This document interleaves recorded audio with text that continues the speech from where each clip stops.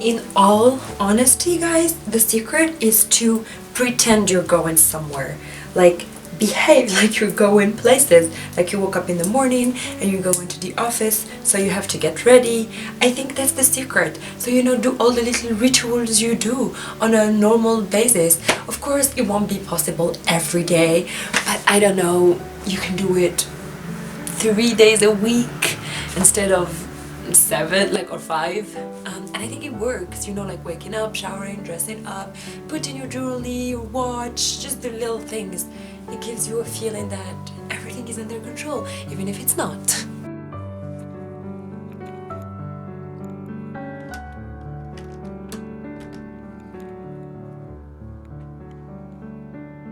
Okay guys, welcome to my office at home. So like many people around the world currently, I'm also working from home, and this is my little space, trying to recreate a feeling of my desktop at home. But it's nicer here because I have my nice little setup and my books, and I can burn a candle, and yeah, but that's my little office space, and that's where I work. And I have this super comfy little pillowy thing on which I sit, even though my back does hurt a bit. But yeah, that's my little office setup.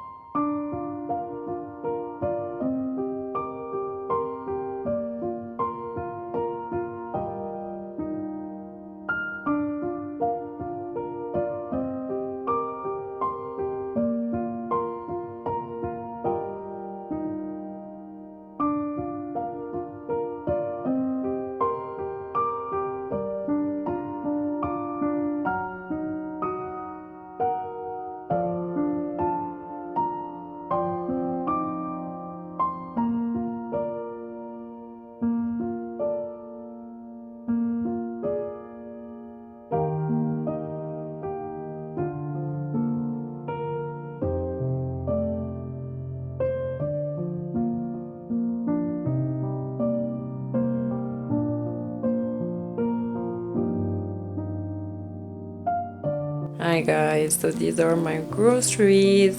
Ignore the marshmallow and the ice cream and focus on the healthy stuff. So you guys, please, you need to drink water with lemon. Is so good for your, why doesn't it focus, for your immune system. Like, please guys, do. Also eat a lot of antioxidants, they're really good. Yeah, again, a lot of vitamins. And yeah, I mean, also ignore the cookies. And I got my pasta. I was so happy I found pasta. My local grocery store is okay, it's not crazy. But now guys, we have to disinfect all of those. I'm using my natural formula with white vinegar, a bit of soda, and warm water, and that should do the trick. I would like to tell you a couple of books that I love as well. Without further ado, let's go ahead and get started finally. So let's go ahead and start.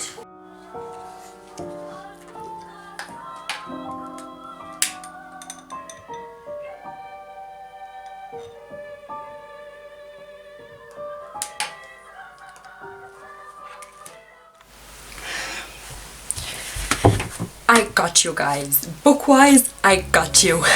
I have a couple of books here that will help you get through quarantine, lockdown, whatever it is you have to go through, wherever you're living. These books are so good because they will just take your minds off whatever apocalyptic events are outside and you will just create your very safe literary space inside. All of these are either romantic, fantastic, magical, not realistic, and not happening right now. So that's what we want. Keep all those things at bay, and let's just, you know, keep the spirits up. So yeah, let's get through the books. First book is the non-fiction, but even if it's non-fiction, we're still keeping it very, you know, positive. This is Frida Kahlo, I Paint My Reality, by, I always miss the author's name, by Christina Burrows. I have a full-on review about this book that I will leave here, but just let me tell you that this book will take you to Mexico, to the early 1900s, 1920s, 30s. You're gonna follow the life of Frida Kahlo, which was not such a happy life, but it was a colorful life driven with so much positivity and love for creativity and art, and I think we need this right now. It's so colorful. You're gonna get so much good vibes from Frida's portraits and art, and yeah, I would just highly recommend it because you're also gonna have such a nice taste of Mexico, and I think that because we can't travel right now, that's one way to do it. Next is a magical realism, and this book is Kafka on the Shore by Haruki Murakami. So I won't really go into the plots of the books, but this is a magical realism. So we follow this boy that escapes from home, and then he sets on this adventure where he meets all kind of people, and we have an old man that speaks to cat and cat that speak, and a turmoil of events and the past meeting the present, meeting the future, eerie imagination, a complex plot that will keep you so focused and engulfed in it that you will not even think about whatever is going on in the outside world. So I would highly recommend Kafka on the Shore right now. And if you're looking to read the Murakami, that's a good place to start. Next is Where'd You Go, Bernadette by Maria Semple. This book is very much realistic, but it is a social satire of the society in Seattle and all these posh people that live out of the IT industry in Seattle and all of these big giants there. And we follow Bernadette, who disappears, and her daughter is such a smart little person, such an outsider, and she sets in finding her mom. And there's a lot of talks about Antarctica and faraway places, and just a nice social satire that is so funny and is written in such a nice way, and is such a light-hearted read, but at the same time you really get engaged a lot with the characters and you care for them and you root for them, and you just love Bernadette because she's so funny, and she has the kind of energy we need right now, we need all of us right now. So all for Where'd You Go, Bernadette by Maria Semple. Next is a book I don't think I spoke about much before, but it is a magical realism again, and this book is The Strange and Beautiful Sorrows of Ava Lavender by Leslie Walton. This book is so magical, so lyrical, because we follow the life of Ava, who's born with wings, so she has to live life as a human with huge wings, and we follow actually 3 generations of Lavenders, Ava, her mom, and her grandmother, and it's told from different perspective, and it goes all the way from the Great Immigration towards America in the early 1900s to the 50s where Ava lives, and I think it's so magical. Yeah, it's just like you get lost in the magic, and it's written so beautifully that you really would completely be focused on the book and not think much about anything else. So highly recommend this one. Next is just a book that would make you laugh so much. It's a non-fiction, it's a memoir, and it's Talking as Fast as I Can, yeah, by Lauren Graham, which is the lead actress in Gilmore Girls. I love her. She's so funny. She's one of my favorite actresses and characters in TV, and it's so funny. This book is so funny. It just follows her life, her ups and downs, but why we need it now, because it's so full of wit and just fun and sarcasm. And I heard that the audiobook is narrated by Lauren herself, and that it's an amazing experience, so I would highly recommend you listen to it as an audiobook. I read the book, but yeah, I heard that the audiobook is better, so I'm letting you know. Next is a book I am currently reading, but I'm almost done, and I can already tell you that this one is approved. It's like a ticked one because I'm reading it during these really hard times, and it's helping me so much escape reality. And that book is Nevermore: The Trials of Morgan Crow by Jessica Townsend. This is a middle grade fantasy book, and we follow Morgan Crow, who was supposed to die in her 11th birthday, on her 11th birthday, because she's a cursed child, but she ended up being taken away by this guy Jupiter Nord and taken to Nevermore, where she has to go through a series of trials and little kind of, how would you say that, like a tests to get into these wondrous society, and yeah, live in Nevermore. And it's so good. This book is so deep in such a light way. There's some of my favorite quotes are here. I love this book, and it's so magical. There's so many. Why we need it now? It's because it has nothing to do with reality. There are gigantic cats that speak and that are head of hotel cleaning services. We have flying umbrellas. We have gigantic dragons. Everything. It's so good, and I would highly recommend it. Next is a book that literally has one of the brightest, most positive characters in the entire literature, and that is Anne of Green Gables by L.M.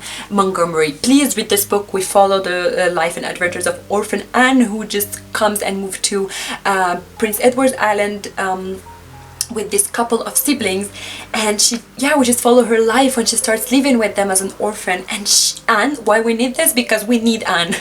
She has such a positive outlook in life. She really connects with everything, with every single small thing in life, and she really sees beauty everywhere, in the smallest things in everyday life. And I think we need it because we're stuck inside, so we really need to see the beauty in acts like doing the dishes. So yeah, Anne can do that. So let's read Anne.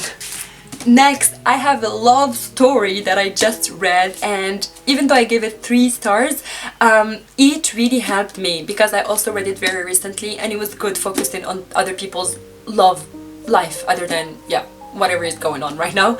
And that is Love from A to Z by S.K. Ali, and it's a Muslim love story.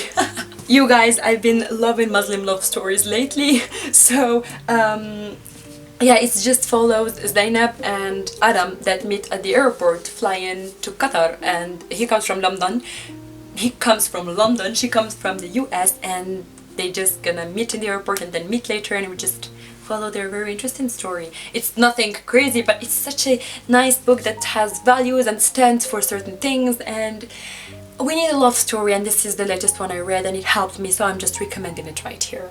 There you go. And it's blue and bright, and just looking at the cover makes me feel better. And finally, for my French speaking readers, or my French readers, have a nice little story and a book that I really love, and it's La Vieille qui conduisait des motos by Anne-France Daudeville. We are currently living in times where being old is a bit it's viewed with a lot of negativity, and it's very scary and morbid. However, this book celebrates being old because the author has been riding motorcycles all her life, and she rode like motorcycles around Australia and South America, and as she is approaching her 60th birthday, she again goes on an adventure around France on a motorcycle, visiting her friends all over the country. And it's such a celebration of being old and friendship and traveling, and an ode to the youth of the soul, and we need that. I had to speak super fast in my video. I'm so sorry because I have a work meeting in 12 minutes and I have to set up my IT stuff here, and those are the books. Those are the books that are keeping us going, guys. I don't even know how to tell you right now, but just rest assured that I pray a lot. I pray to God a lot. I pray for everyone, for all of you. I want to say thank you so much for the beautiful people and that I've never met and they just watch my videos but send me the most heartwarming messages ever that I really need in these times when I am locked down in a foreign country all by myself. It's so heartwarming. It's just so incredibly touching, and just know, guys, that your words really cut through me, and they really make me so happy and so glad. And stay safe, please stay home, take good care of the people you love, hug your... not now, not now. Don't hug anyone right now. Sorry, scratch that. Don't hug anyone right now. Hug everyone after this is done.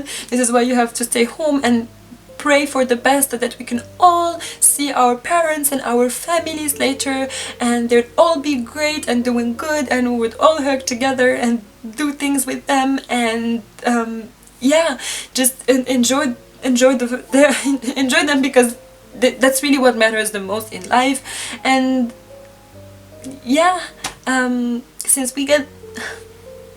Until then, let's just stay positive and try to stay productive, because work really takes your mind off things, and read books and watch nice stuff and go for little walks by ourselves, alone, close by, if you're allowed to, because usually you're allowed to exercise outside.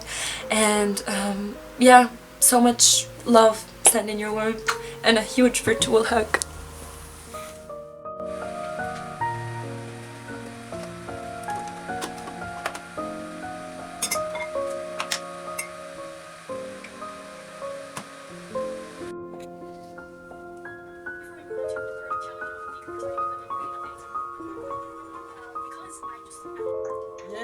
كنت نقول السلام لي جون ديال ما شين يوتيوب حيت غتكوني في فيديو سي غتكوني في فيديو اللي غندير على شنو كندير في ماكارونتين وشنو كنقرا في ماكارونتين.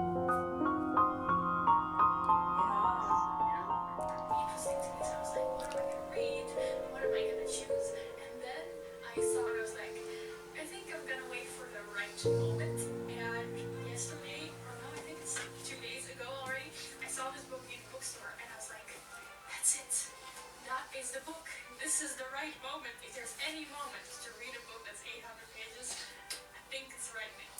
The only thing that I